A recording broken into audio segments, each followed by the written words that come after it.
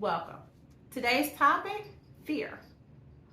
Definition of fear is unpleasant emotion with the belief that something or someone is dangerous, going to cause pain or a threat. Now, this can be either physical or it can be psychological. Most of the time for us, it's psychological because we psych ourselves out. Now, there's a couple of types of fear, with one on the road to that positive. So the negative one, we all heard of false events appearing real. We all heard about it. But what is it fueled by? Do you have any idea? Well, let me tell you. So it's fueled by time, because we keep putting things off. It's fueled by non-action, because we are afraid of what's going to happen, what the outcome is going to be. And then emotion. It's so much put into that. And then you get palpitations where your heart is beating fast. And just like, I don't know, like, I'm pretty sure this person's going to say no. But so you're dreading it. Or you have the positive one. Face everything and rise. We all want to do that. We all want that type of fear. This one is fueled by actions. It is fueled by positive thoughts that you put into a plan, and you starved it of time. Now, it's easier said than done. How do you get there? Like, what's the road to getting there? So let's discuss that. How do we get there? You have to retrain your fear.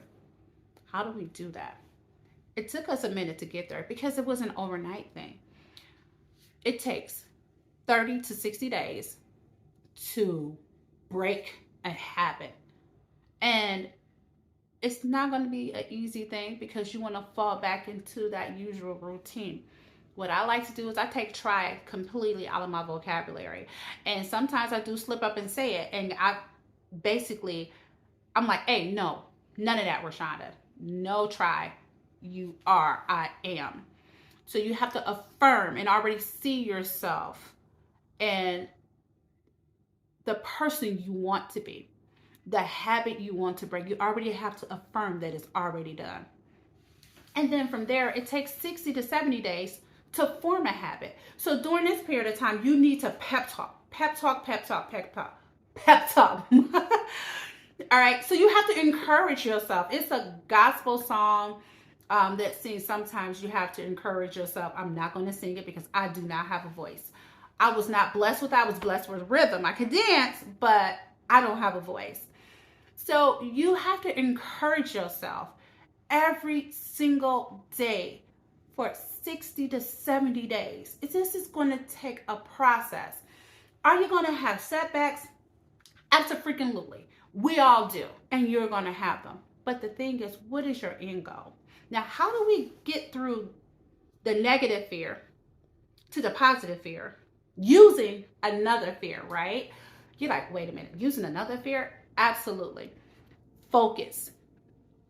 Focus instead of freaking out. Don't freak out. Take a breath and rebalance yourself. Expose it instead of trying to escape from it. So now we have to start to face it because this is part of your process. So you want to sit there, don't try to escape from it, don't hide. Face it. Approach it instead of trying to avoid it. Now, this is where you start making a plan to execute it. So you need to come up with a plan so you can stay focused, so you can keep it exposed. So now we have to approach it with a plan, a positive plan. And then rehearse. So you're not going to take that plan and turn it into action. And you're going to do that action over and over and over and over again to get you to the other side of face everything and rise. Sounds easy, but guess what? You can do it. I did. So I'm going to tell you a little story about how I became a paramedic. Yeah, got to get comfortable. You got popcorn? I wish I had popcorn. I need some water. because I've been talking too much. But anyhow, here we go. I was working for the city of Cleveland as an EMT, and we had 2 years to pass registry to keep our jobs. You have 6 tries, 2 years to pass national registry to become a paramedic. I had a lot of things going on, a lot of home things going on, and just on top of everyday work stuff. So I didn't pass. I failed all 6 attempts, and I was terminated from a job that I really did love. And I felt defeated. I got my home life in order. I got things back in order. So I went back to school. I took the test. I failed it. I was like, okay, you got this, you got this. So I took it again and failed it again. That's when fear kicked in for me, like overtime. Now my emotions is high. I'm giving it, I'm literally feeding it with time and non-action. Didn't do anything. One day I was working at a local casino, and the only medic that was working there at the time, made this comment. And that comment ticks me off to no end. Smoke coming out my ears, everything. And that kind of kicked me into that second one. Thanks, Psychology Today. Because I really couldn't explain it, but this came out perfectly.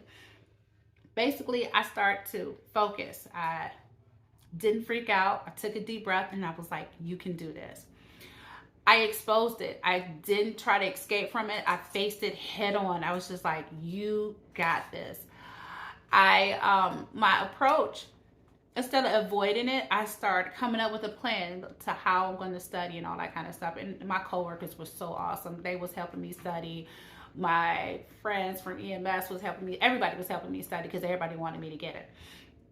And then rehearsed. I studied over and over and over again.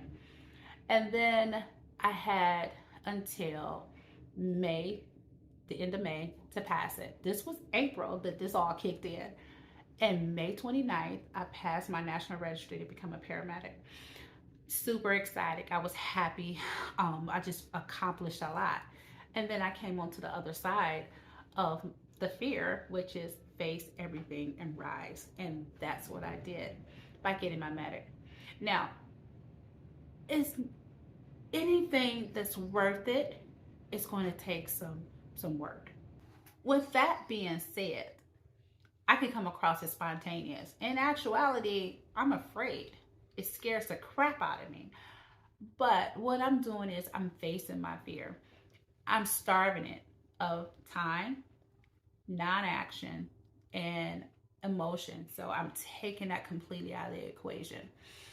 If you haven't read or listened to the Audible of Grant Cardone's 10X plan, he has a chapter on there called Fear. And I really did enjoy that chapter because it really just kind of spoke to me about a lot of things that I did not do because I was paralyzed. And sometimes a lot of things we don't do because we're paralyzed with that fear and we don't do it. And one of the things he said was like, hey, if something basically scares you, that's your signal to actually do it.